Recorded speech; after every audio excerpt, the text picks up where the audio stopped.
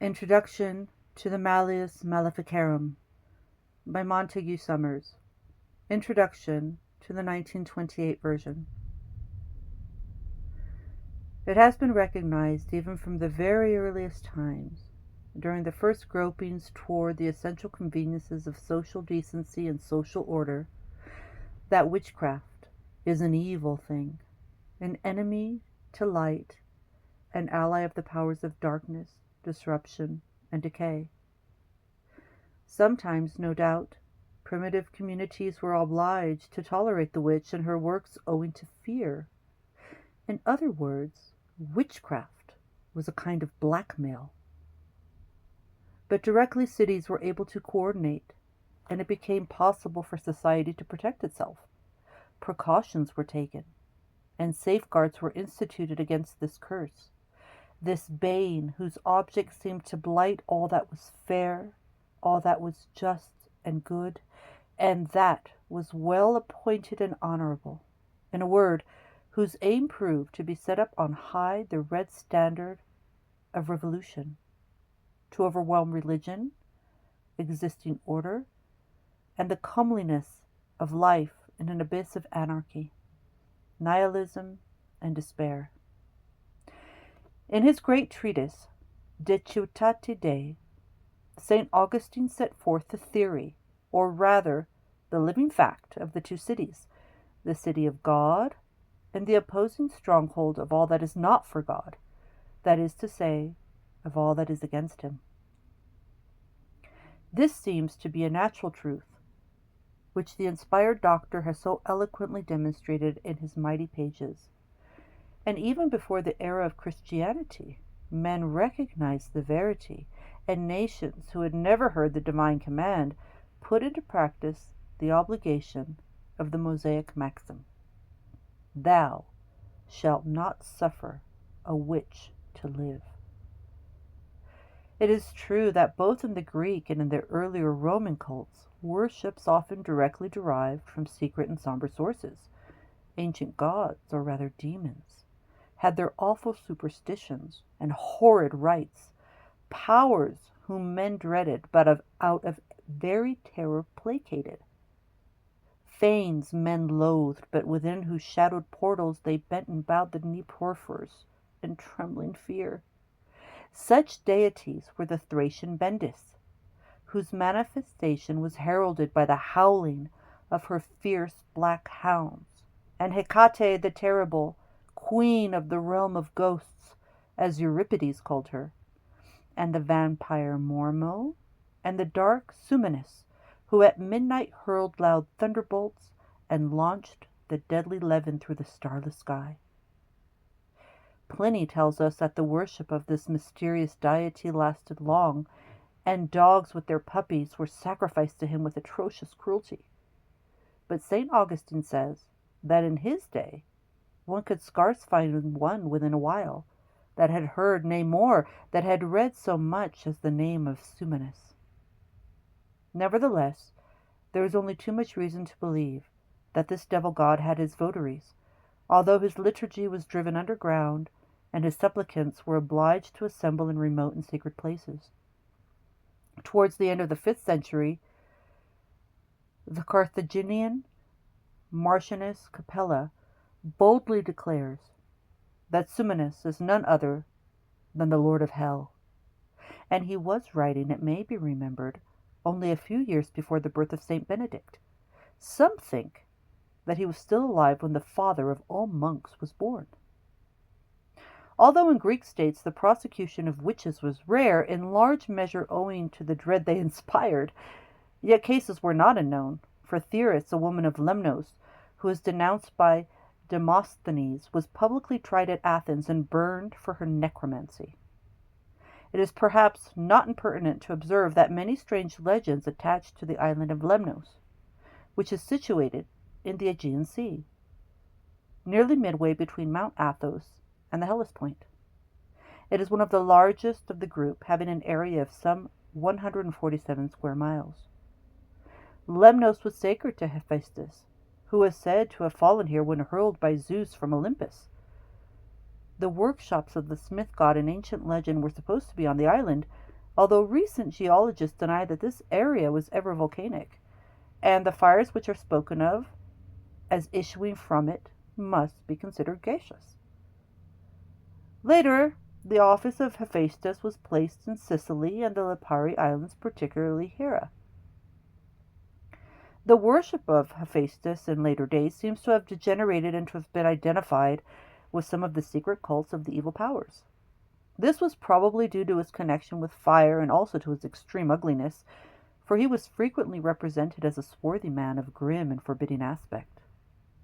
It should further be noted that the old Italian deity Vulcanus, with whom he was to be identified, is the god of destructive fire.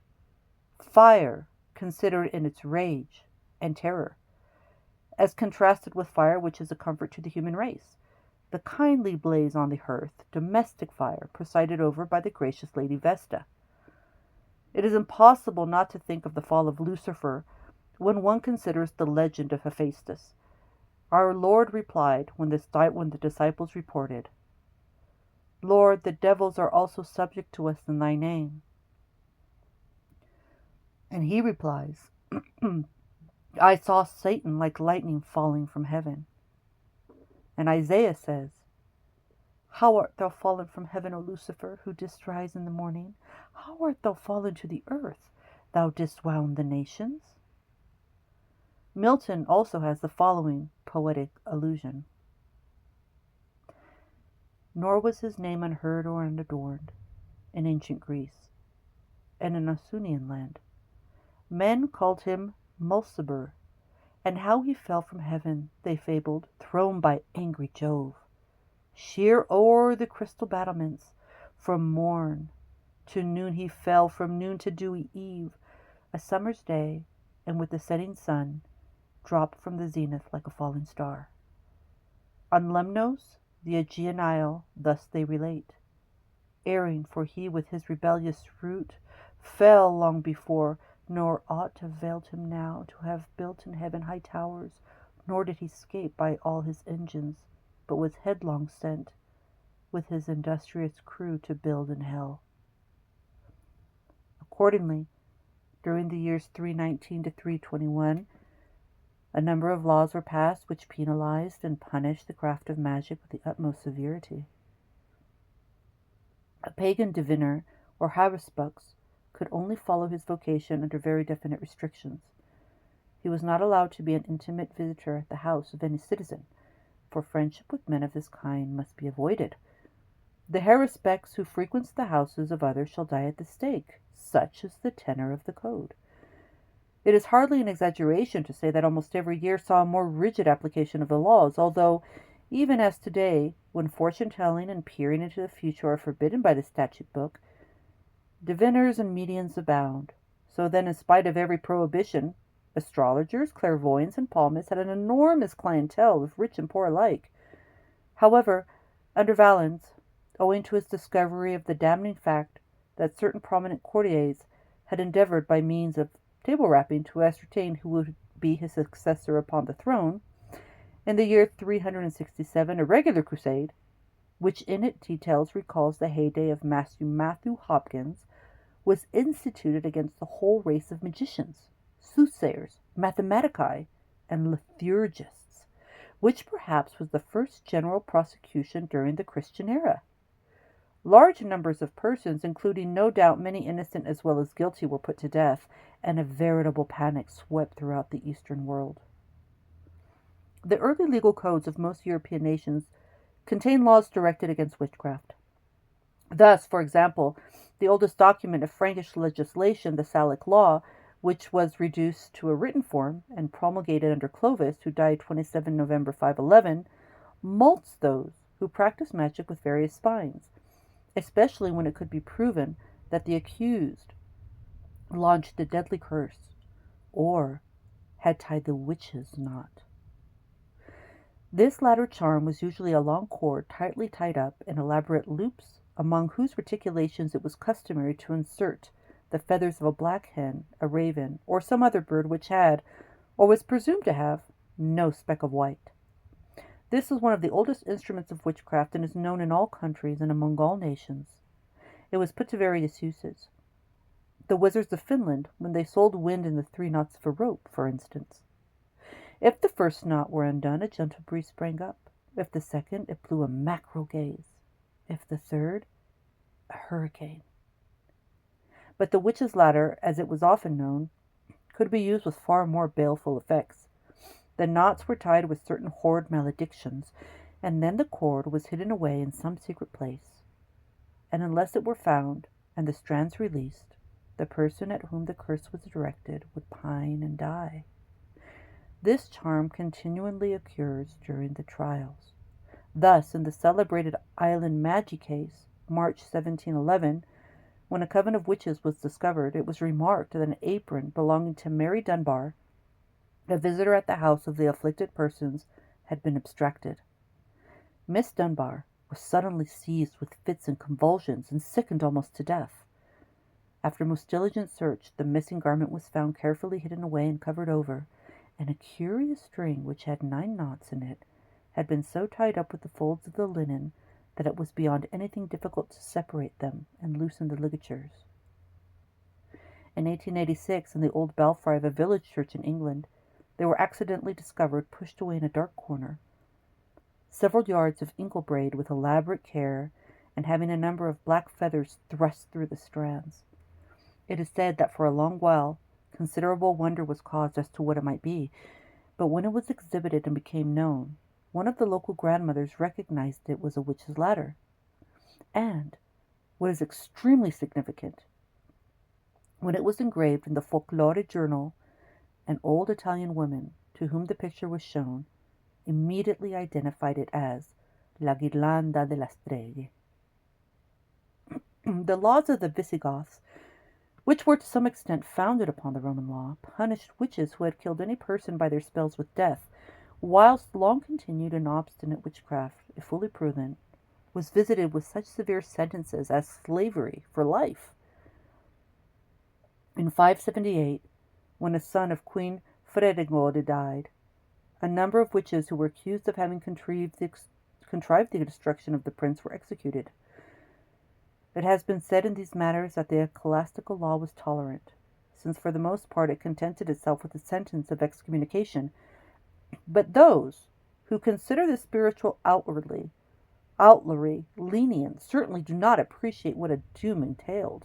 Moreover, after a man had been condemned to death by the civil courts, it would have been somewhat superfluous to have repeated the same sentence.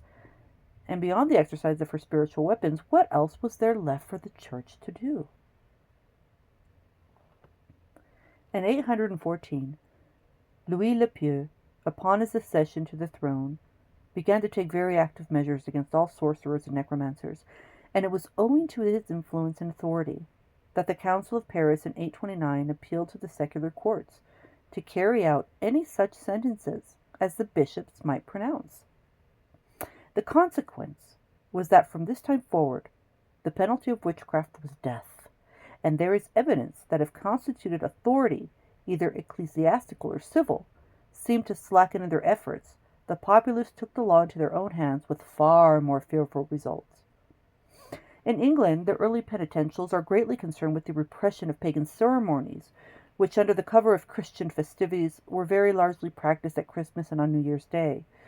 These rites were closely connected with witchcraft, and especially to St. Theodore, St. Ultim Egbert of York, and other prelates prohibit the masquerade as a horned animal, a stag, or a bull, which St. Caesarius of Arles had denounced as foul tradition, an evil custom, a most heinous abomination.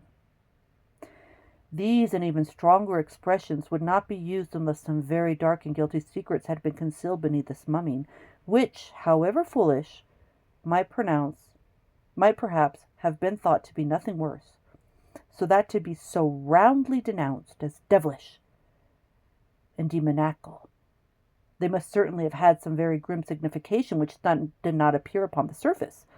The laws of King Athelstan, corresponsive with the early French laws, punished any person casting a spell which resulted in death by extracting the extreme penalty. During the 11th and 12th centuries, there are few cases of witchcraft in England, and such accusations as were made appear to have been brought before the ecclesiastical court.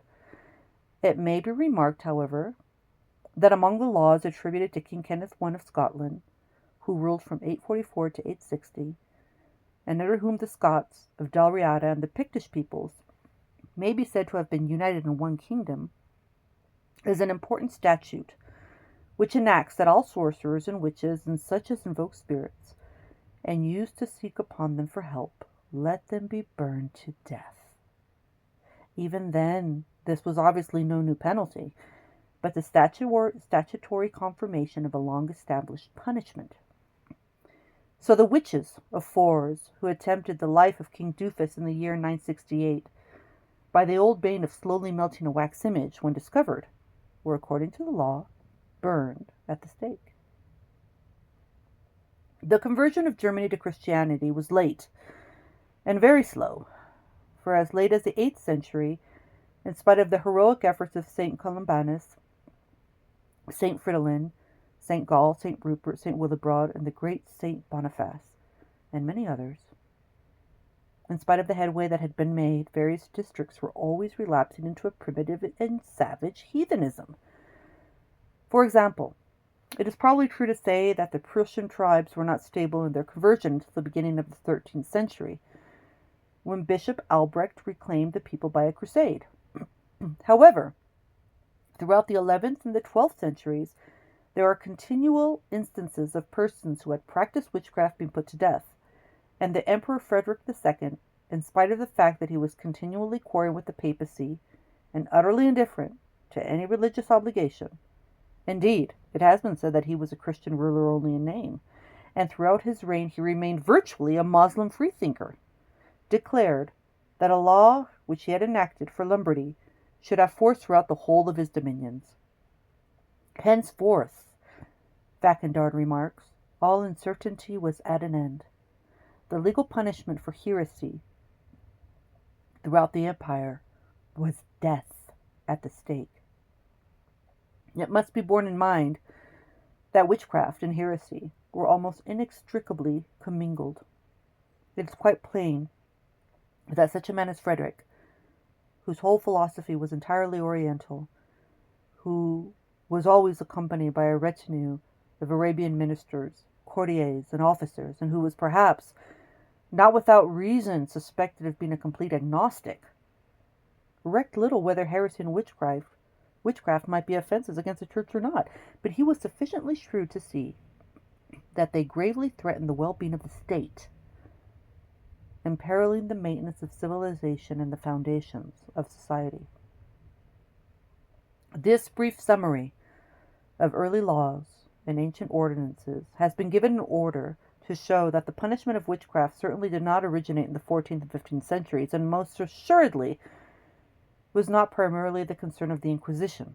In fact, curiously enough, Bernard Guy, the famous Inquisitor of Toulouse, laid down in his Practica Inquisitionis that sorcery itself did not fall within the cognizance of the Holy Office, and in every case, unless there were other circumstances of which his tribunal was bound to take notice when witches came before him, he simply passed them on to the episcopal courts. It may be well here very briefly to consider the somewhat complicated history of the establishment of the Inquisition, which was, it must be remembered, the result of the tendencies of growth of many years. By no means a judicial curia with cut-and-dried laws and a complete procedure suddenly called into being by one stroke of a papal pen. In the first place, St. Dominic was in no sense the founder of the Inquisition. Certainly during the Crusade in Languedoc, he was present, reviving religion and reconciling the lapse, but he was doing no more than St. Paul or any of the apostles would have done. The work of St. Dominic was preaching and the organization of his new order, which received papal confirmation from Honorius III and was approved in the bull Religiosum Iuitam from December 22nd, 1216. St. Dominic died the 6th of August, 1221. And even if we take the word in a very broad sense, the first Dominican inquisitor seems to have been Alberic, who in November of 1232 was traveling through Lombardy with the official title of Inquisitor Hereticae Proitatis.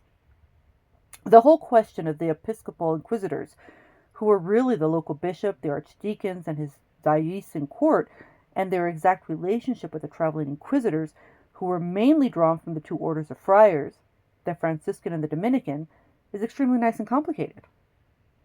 Whilst the gradual effacement of the episcopal courts with regard to certain matters and the consequent prominence of the Holy Office were circumstances and conditions which realized themselves slowly enough in all countries, and almost imperceptibly in some districts, as necessity required, without any sudden break or sweeping changes. In fact, we find that the Franciscan or Dominican inquisitor simply sat as an assessor in the episcopal court, so that he can be consulted upon certain technicalities and deliver sentence conjointly with the Bishop of Nantes, present over the court with the Bishop of Le Mans, Saint-Brieuc, and Saint-Lô, and his coadjustors, whilst Pierre de l'Hospital, Chancellor of Brittany, watched the case on behalf of the civil authorities, and Frère Jean Bloin was present as the delegate of the Holy Inquisition for the city and district of Nantes. Owing to the multiplicity of the crimes, which were proven and clearly confessed in accordance with legal requirements, it was necessary to pronounce two sentences. The first was passed by the Bishop of Nantes, conjointly with the Inquisitor. By them, Gilles Duras was declared guilty of Satanism, sorcery, and apostasy, and there and then handed over to the civil arm to receive the punishment due to such offenses. The second sentence, pronounced by the bishop alone, declared the prisoner convicted of sodomy, sacrilege, and violation of ecclesiastical rights. The ban of excommunication was lifted, since the accused had made a clean breast of his crimes and desired to be reconciled, but he was handed over to the secular court, who sentenced him to death on multiplied charges of murder, as well as on account of the aforesaid offenses. It must be continually borne in mind also, and this is a fact which is very often slurred over and forgotten, that the heresies of the 12th and 13th centuries, to cope with which the tribunal of the Inquisition was primarily organized and regularized, were by no means mere theoretical speculations, which, however erroneous and dangerous in the fields of thought, practically and in action would have been arid and utterly unfruitful. Today, the word heresy seems to be as obsolete and as redolent of a Wardour Street vocabulary as if one were to talk of a game of cards at crimp or uncertain, and to any save a dusty medievalist it would appear to be an antiquarian term. It was far other in the 12th century. The wild fanatics who fostered the most submersive and abominable ideas aimed to put these into actual practice, to establish communities and to remodel whose territories according to the program which they had so carefully considered in every detail, with a view to obtaining and enforcing their own ends and their own interests. The heretics were just as resolute, just as practical.